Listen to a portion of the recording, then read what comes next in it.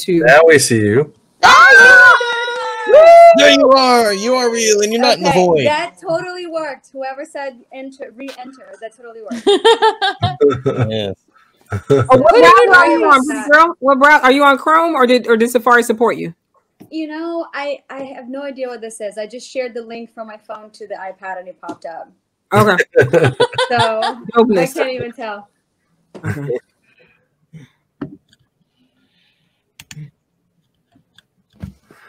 But here I am. Yay! Yeah. I've been having some coffee, so I'm still alive. It's only 9, but you know, Corona times is basically midnight. Yeah.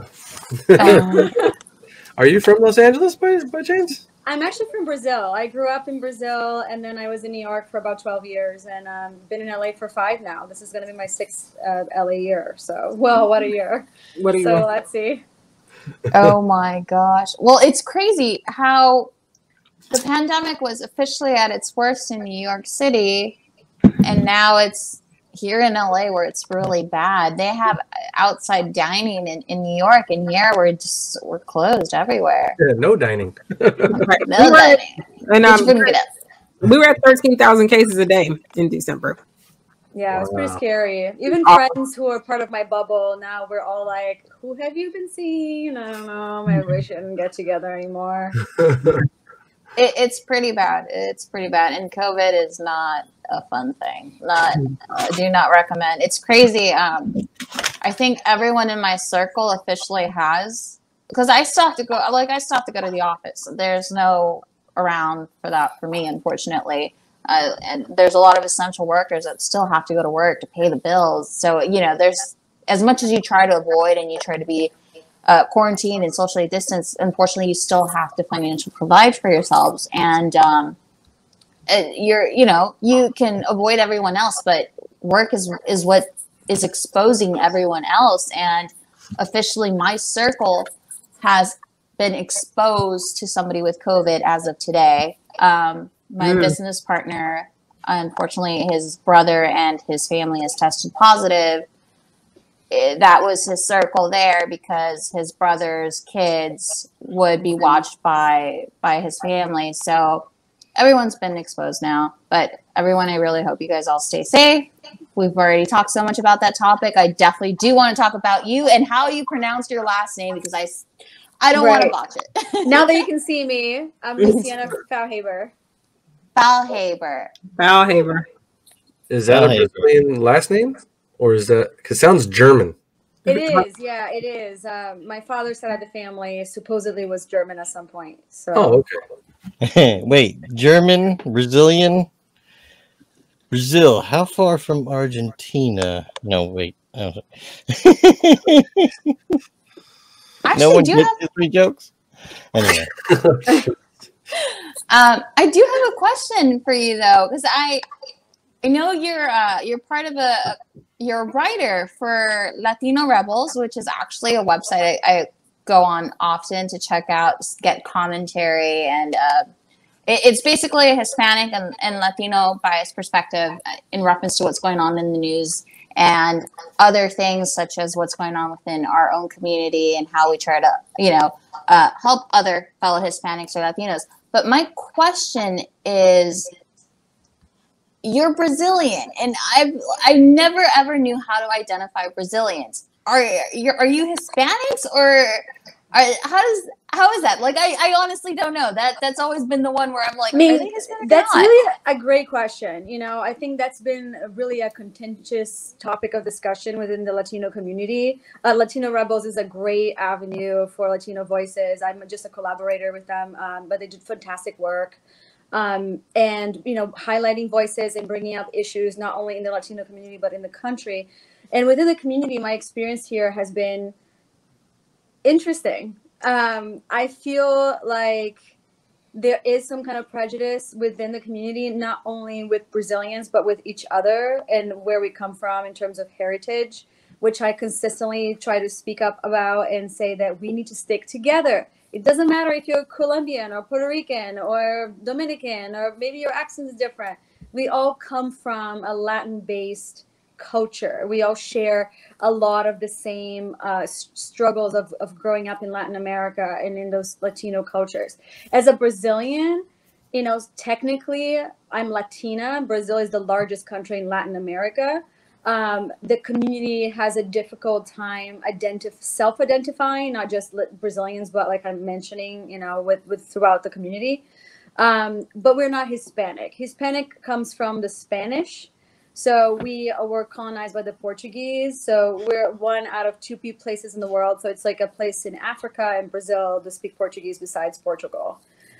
So we're not Hispanics, but we are Latinos, and we are a pretty prominent Latino country and economy in South America and Latin America. So it's at the end of the day, I don't know if this specific self-identification helps or hinders, because are we self-identifying or are we separating? And at the end of the day, I think we need to unify. This election, more than anything, showed the power of unification. Latinos turned up bigger than ever. African Americans turned up, you know, in larger numbers than ever, especially women for all cultures. We really showed up and made a difference. So I think we should take that as an example and try to unify our voices instead of separate. But that's just my opinion. I feel people have different levels of importance when it comes to them self-identifying with different groups. So I agree. It's crazy. And you actually now make me realize why when we check boxes when it comes to paperwork, documentation, where we have to identify ourselves, it's always Hispanic/Latin. Or it's either or. And I've always questioned why, or, you know, I'm half Salvadorian and half Guatemalan, but all I have to do is just click that box. The one that I feel my sister is half Mexican, half Salvadorian, and she's dark. She's very dark. Her dad's side of the family is very dark. Even my mom's side of the family, they have descendants, unfortunately, that also witnessed and went through slavery. So there's also the dark side of the family. And when it comes to filling in the boxes in the documentation, aside from you putting Hispanic/Latin, there's that one box where you put white or, you know, African American. You're like, okay, why are you making this more complicated? Like, why do you need to know the color of our skin in order for us to further identify after you got our background? So I think that makes me curious. Like, how many of you are tempted when they have an other box with a line next to it to like put other and then like write in something like seahorse? Oh my! Even sucks. I wish there was an other box, because I don't want to identify. I mean, when I don't have any other option, a lot of them it's like it's either this or that. There's no other. There's non-applicable. It's this or that. And I'm like, why do I have to select white? I don't feel like I am white. There's like this identity crisis where what exactly am I supposed to? I know my sister deals with that a lot often, where she feels conflicted, and she just turned 18, and she's doing paperwork, she's documenting. I'm like, I'm not white. I'm definitely not white, and she's proud of that. She's very proud of that. But to her, it's like, I don't feel like I belong in any of these categories. I'm confused as hell. Like, what do I do? Like, I don't want to put white. Like, I don't know. I think that's the biggest problem when it comes to being such in a mixed bag. Like, just give us other or non-applicable, or we don't freaking know. Like, give us that one box. Like, I don't know. An empty line, man. You can write what you want. I can at least identify as brown. Put brown at least. But I did want to talk to you about something that you've actually are doing in reference to bringing awareness to a very important topic that actually I absolutely praise you for. So like I mentioned before, you're not just an actress, you're a director as well, which is incredible. But you just directed a short film to bring awareness to the homeless problem that very much exists in the U.S. How did that happen? What brought you to do something like that? Well, I've been volunteering with the homeless for about 10 years now, in different capacities. So when, I always joke that projects and your art is like children. At some point, one of them really screams at you, and then you can't ignore them, and that's the one that you give your most attention to. So I've had this short film with my partner Javier E. Gomez. We've been writing it for a few years, but it never really clicked. We would always like go back to it and make changes, and then kind of let it go, and then go back to it and make changes. But it never really clicked. But last year, about this time in January, I read this article from the New York Times talking about a man in Chinatown that died during the snow of the year, and people apparently passed by his dead body for many days and didn't realize he was dead.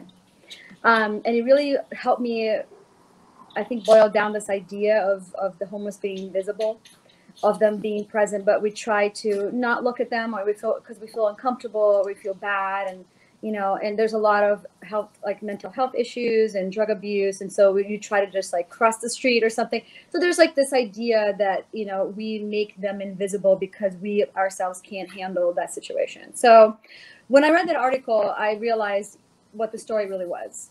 So my partner Javier and I sat down and rewrote the story, and I was certain that that was the story that we had to shoot. So we shot that film in New York at this time last year, just luckily right before the coronavirus shutdown. And when the shutdown happened, we had no idea how more relevant this was going to be now with the moratorium and people losing their jobs and families on the streets. In LA, like homelessness for females rose 30% into 2020. And that means children, it means families. So it's no longer an issue of the mental ill and the drug abuse. It's really an issue of economics and society. And now that we're losing our jobs, sorry, Spike, you're not in this interview. So when we start to lose, our jobs and our livelihoods, it's like, okay, what's next? Moratorium in LA is only until February 1st as of now. And New York is the same. So we'll find out what happens next. But stop. But we didn't realize how this was so much more relevant. So when the shutdown happened and we finished the short, my concern became, okay, I want people to see this and really understand what it is like to have a day in the life of the homeless. So these stories of Steve, which is the lead character, he was a true story we took from real events, and he meets this nurse, and her story is also someone we know who overcame homelessness. So we wanted to make it real instead of this whole like Hollywood happy ending perception of the homeless life. And at the same time, we didn't want someone who was, dealing with addiction or dealing with mental illness, because there are so many people on the streets right now who are just out of luck. They just lost their jobs. Or that, in LA, I read another article saying that how Uber drivers, like 30% of them live out of their cars in LA. It just puts it into perspective. Like it could literally be anybody. So once the film was finished, and coronavirus helped us with that, because all of a sudden the world was off and everybody had time. So I had a lot of very generous friends who donated their music, who helped us finish with the sound and the coloring, and just donated their time, which was just incredible, and I'm so grateful. And then it became, what is the right avenue for this? We wanted to be seen, and we wanted to be real, and we wanted to make an impact. And during my research for the film, I encountered this nonprofit organization called Invisible. Oh my God, you guys! I had too much coffee. It's called Invisible People, and they do amazing mini documentaries and longer documentaries about real homeless people on the streets. And their true stories. And it's a fantastic work. They have an amazing reputation.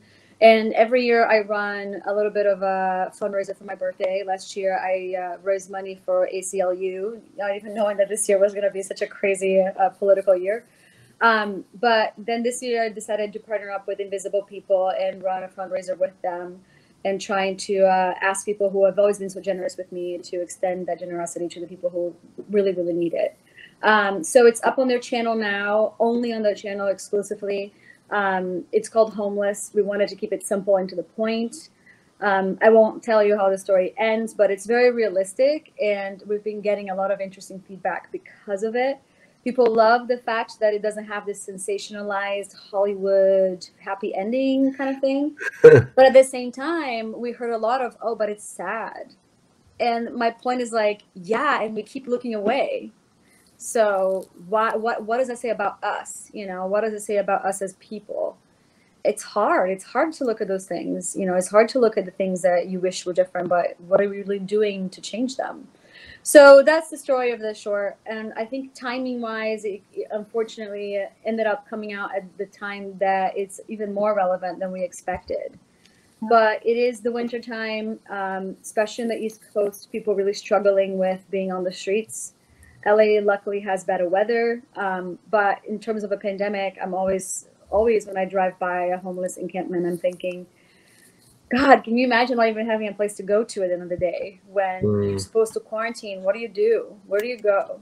You know, so I'm hoping that this will make a little bit of a change or a little bit of an impact, or, you know, get people to just think about it and maybe not ignore the homeless next time they walk past, you know, an encampment on the streets, which in LA is everywhere.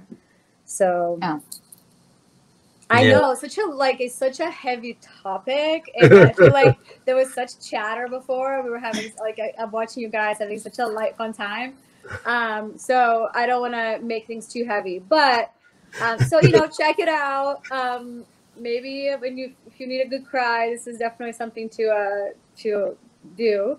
But I will say, you know, jokes aside, that why not create art that makes a difference? You know, I want to be proud of the work that I put out there.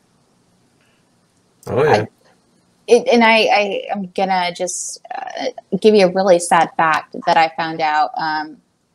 For those that don't know as well, my job revolves around cars. I've been in car, automobile, and financing for almost 10 years already. I found out that if you're past due, your lender, if you're living in your car and you let your lender know, they're more likely to repo your car if you're homeless, because you're more likely to skip out and run away.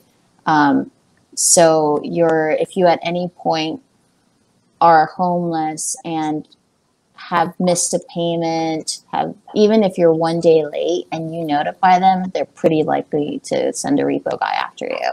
So don't tell me you're living in your car. I can't say anything. I don't want to get sued, but it's unfortunately a real fact that when I found out, broke my heart. So in case you know of anyone, just use this information to your own use. But yeah, so that is really sad and unfortunate. We're gonna drift from that because it's really a heartbreaking topic, and I do my own volunteer. I do, because I grew up around Skid Row, so it always broke my heart. I always had direct contact with that. But so I want to know exactly, because you do a little of everything. Like I mentioned before, you write your opinion pieces with Latino Rebels. So are you a writer too? Are you writing scripts? You're like a full powerhouse. Well, thank you. I appreciate that. I do write, I direct, I produce, and I act. So I feel like all these things came out of need. You know, we're children of the internet generation where we're like, you know, you self-starter, you should go out there and create your own stuff. And man, I have it so many times ever since I got to Hollywood, and I won't it's annoying to begin with, because people are like, oh, you have the same amount of time of the day as Lin-Manuel, which is not true. So I think that those things have to be very carefully taken into consideration, because it can discourage a lot of people.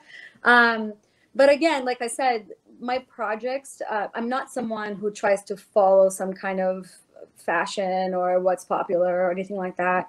I'm someone whose art is really an expression.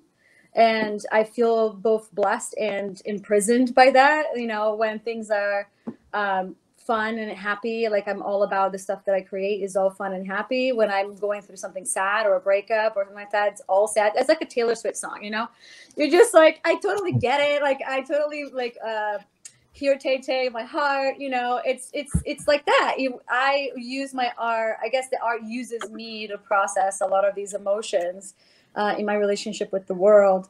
And writing and directing kind of became something that I did because the stories I wanted to tell weren't available. Producing was something that my partner Javier, we've been working together now for the last 15 years, and he saw the producer in me, which I always joke now because we lived in New York and we went to acting school together, and he wanted to produce a play. And I remember we went to dinner and he had this envelope on the table, and he just pushed it across the table, and now I'm making some kind of indecent proposal. And I'm like, what are you doing? He's like, oh, well, we should talk about this play we should produce. And I'm like, why are you behaving like you pushing drugs across the table? I'm so confused. But he was like, no, I think you'll be a great producer. This is the script. I want you to read it. And I flat out told him, I'm just not a producer, you know? And little did I know how wrong I was at the time. But I just told him, I'm not a producer. I'll read the play, but, I don't really think I can do it. And I read the play and I thought, you know what? Why not? If it doesn't work out, it doesn't work out. So I did the play, and then it was a success. We had sold out houses for the whole run. And then I was like, okay, I did this. I could do something else. And then we started doing short films together. And in the beginning, they weren't at the level as Homeless, as you guys will see, is we're at a different level at this stage. And then one day I told him, we should just make a feature film. A feature film is a bunch of short little films together. It's the same thing. Guys, it's not the same thing. And we learned that the hard way.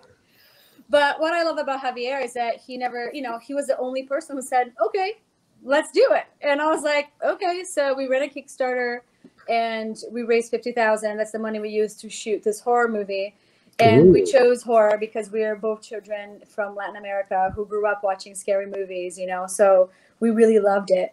But I read somewhere that it was a more forgiving genre. And in case, the film wasn't a masterpiece, you can figure it out as you go.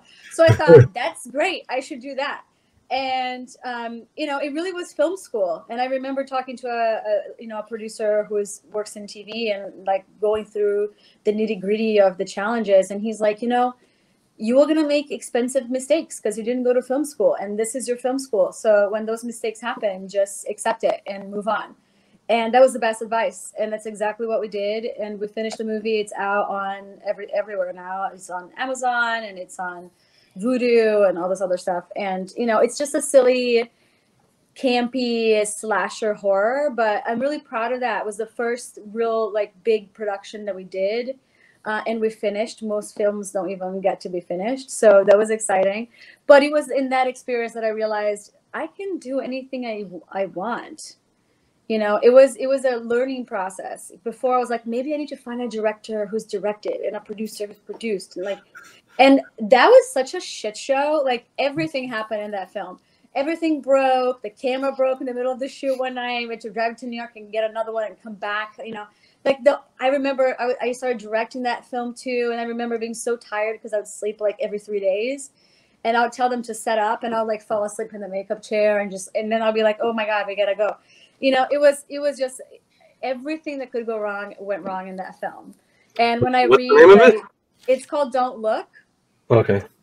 Yeah, and whenever I hear I read any kind of reviews that are bad, I love it because I'm like, if you only knew everything that we went through, and also we shot this for no money, which it's an impossible feat. So after that, whoever makes a movie, I'm like, it's hard. I'm so proud of you. Keep going. So from that experience, I was like, okay, I can do anything. And I also realized that projects that you create take a long time of a lot of time of your life, and they take a long time. And I realized from that moment on that if I was going to spend that much time of my life doing anything, it had to be something that would stand on its own, that would mean something. And when I am the age of 98, I'm going to be happy and proud of it. So I kind of shifted gears a little bit into what is that my heart wants to talk about next. And that's how Homeless started. I'm working on another scripted series with my partner Javier. We're now doing a documentary. But at the end of the day, the biggest lesson for me on that was all the things I said I wasn't going to do, I'm doing. I never lived in California. And I'm like, California's great. And I said I would never make a documentary. I'm all about documentaries, guys. I've been doing this for 3 years now, and I'm in love with this project. So it's, you know, when they say, like, listen to people when they tell you things, maybe at the time I said them, I meant them. But a little bit later, it really came around. And, you know, a friend I'm working with now who is a documentary producer, he always says to me, remember when you sat on my pool and told me you'd never make a documentary? And I was like, yeah, 3 years later, here we are. So, you know, at the end of the day, I will never claim that I went to school for those things. And I think there's a lot of valid things about going to school and learning your craft. I also think there's a lot of ways you can learn your craft just by reading and you know, self-educating and experiences. But, you know, I'm always reluctant to say I'm a producer, I'm a writer, I'm a director, because I didn't really formally study those things. But I've been out in the field just like trying my best, you know, trial and error. And there's a lot of validity in that too. You know, it just comes down to what's the purpose. And for me, it really is to tell stories that are meaningful and represent, you know, Latinos and my people and all people in a way that is real and just make a change. I don't know. I haven't been happy with the way things were. I don't know about you guys. Coronavirus sucked, but everything that was there before was kind of not so great either. Yes. Yeah. I think this past year. I highly agree. I keep telling people that it's like don't do the same shit you did with gas. When they made gas $4.50 a gallon and then they dropped it to $3.50 when it was $2.50 before, and you said, "Look, they dropped it." No, they didn't. Pay attention. Crazy enough, I'm kind of eventually. I'm thankful for the mayhem of last year, because with all these protests that happened, it basically, I like BLM. It said, "Hey, we have a voice. We will speak up," and it's brought so much attention to the lack of diversity everywhere. Mm-hmm. And Oscars so white, Grammys, people are saying enough is enough. You need to change stuff, or else we're going to hurt your pockets. I thought an Oscar was gold. What? I thought an Oscar was gold.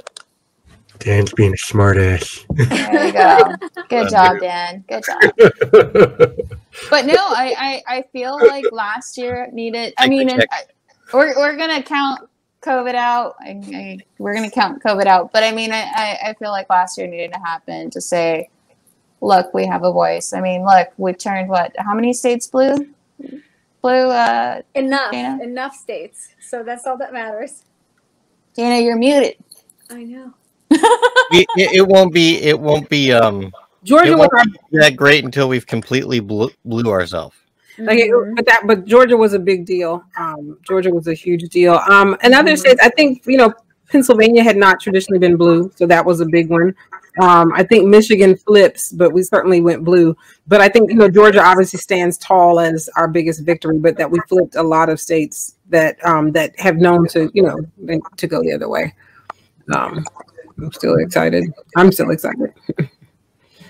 I honestly didn't realize how bad, and I was really naive, but I didn't realize how bad voter suppression was, and that was crazy.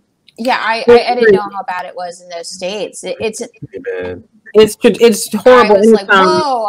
Right, and it's I think it's still in Mississippi. It's a suppression issue and it's a districting issue. So Mississippi is certainly next. There was someone that should have won in this, I think, in the congressional race, Espy, but they're just gerrymandered to death. And Georgia's been in the news because when they had the Governor Kemp, Stacey Abrams race 2 years ago, that was the big, you know, dumping to the tune of 15,000 folks, and he magically somehow won by 15,000 votes in spite of that. But I can't think of the documentary that's out there, speaking of docs, as a way to really, really get people informed and engaged. But yeah, and honestly, I didn't know.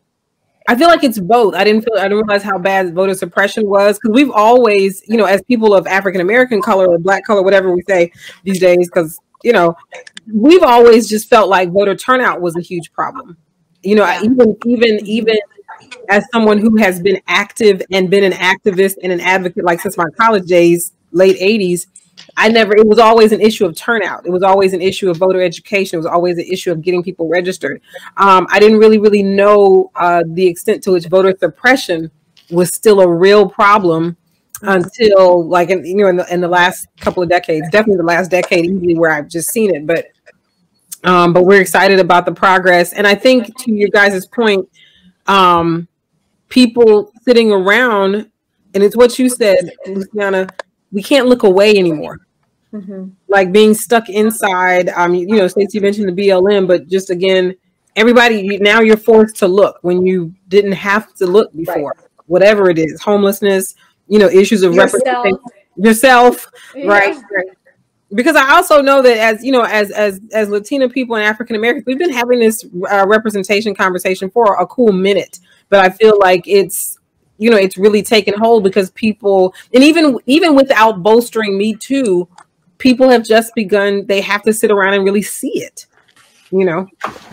So we're excited about your work, Luciana, and just keep, we're with you. I mean, we're all filmmakers, comedians, and content creators on here. So when one person gotta keep, I don't know about you guys, but I had that moment of the pandemic where I just sat and cried for like 2 weeks, and I realized how much I was running away.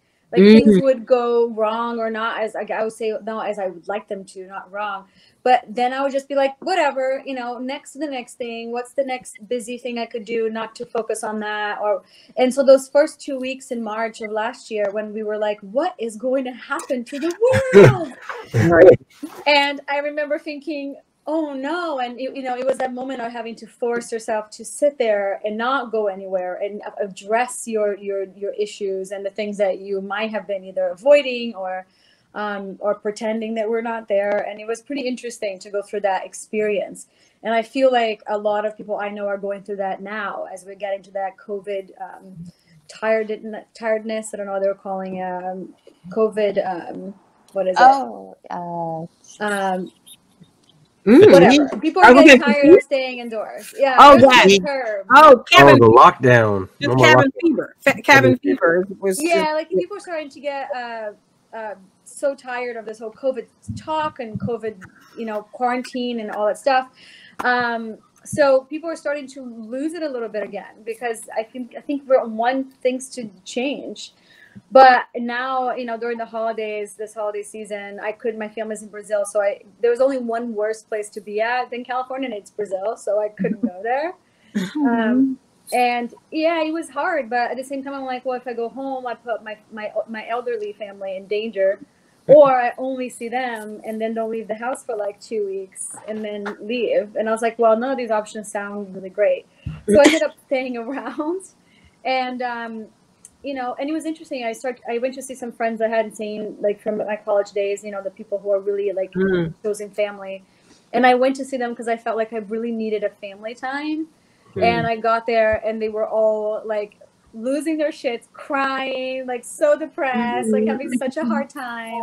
And I remember thinking, like, crying together, and thinking like, oh my God, I came to see you because I thought I needed you, and I realized how much you need me. And it was that moment of recognition of like, oh, we are all going through this together. So it's interesting. Well, it's been an absolute pleasure having you. Where can our viewers see you? What do you have coming out? Amazon Prime now has a show that I'm in called The Influencers. It's a comedy, so it's funny and fun and light. It's about 5 influencers that are fighting to win this deal from Juicy Talks. It's a blast, and I recommend you watch it. Later this year, I'm in a movie called La Pata Sola, which is a horror movie about an urban legend of this woman who I played the title role for, who kills men who cheat on their significant others. Tell me more. Yeah, that felt really good. Did you put up a fight? You hired me for therapy? Oh my God, I love this movie.